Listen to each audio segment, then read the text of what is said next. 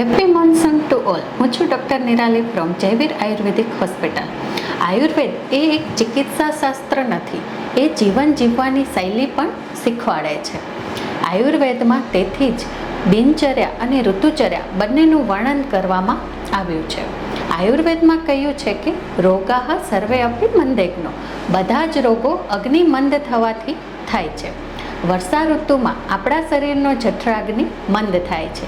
તેના કારણે અપચો, પેટમાં દુખાવો, પેટમાં ભારેપણું, ડાયેરિયા, ગેસ વગેરે રોગો જોવા મળે છે. આ ઉપરાંત શરીરમાં વાયુની વૃદ્ધિ થાય છે. તેના કારણે સાંધાના દુખાવા પણ વધે છે. તો આ માટે આપણે વર્ષા ઋતુમાં શું કરવું જોઈએ અને શું ન કરવું જોઈએ તેના વિશે આજે વાત કરીએ.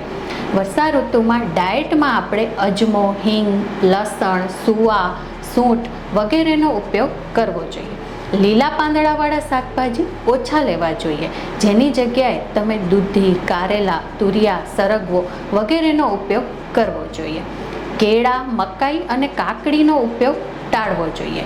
ફળોની વાત કરીએ તો ચોમાસામાં જાંબુ વધારે પ્રમાણમાં આવે છે.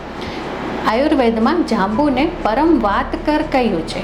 જો જાંબુનો થોડા પ્રમાણમાં સેવન કરવામાં આવે તો એ યોગ્ય છે, પણ જો તેને વધારે પ્રમાણમાં સેવન કરવામાં આવે તો તે શરીરમાં વાયુની વૃદ્ધિ કરે છે.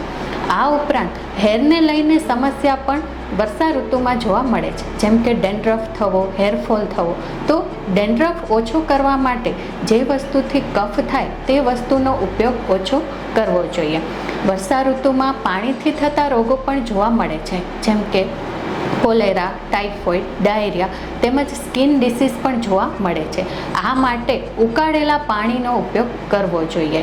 પાણી અડધું બળે ત્યાં સુધી ઉકાળીને તેને ઠંડુ કરીને લેવું જોઈએ. હવા ઠંડી અને ભેજવાળી હોવાથી શરદી, ઉધરસ, તાવ વગેરે પણ જોવા મળે છે. તેના માટે તમે સૂંઠી સિદ્ધ જલ એટલે કે પાણીમાં સૂંઠ નાખીને અથવા હળદરવાળું પાણી લઈ શકો છો. આ ઉપરાંત આયુર્વેદમાં મધુદકનો ઉપયોગ પણ બતાવેલો છે, જેમાં મધ પાણીમાં નાખીને પીવામાં આવે છે.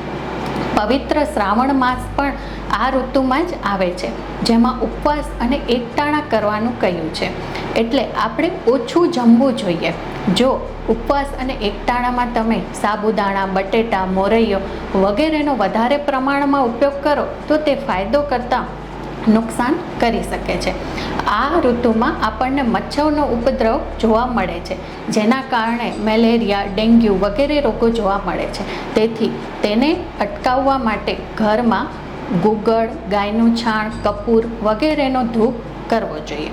જો પંચકર્મની વાત કરીએ તો તમે બસ્તી ચિકિત્સા એટલે કે એનીમાનો કોર્સ કરી શકો છો. તેના માટે આયુર્વેદિક ડૉક્ટરની સલાહ લો. આભાર.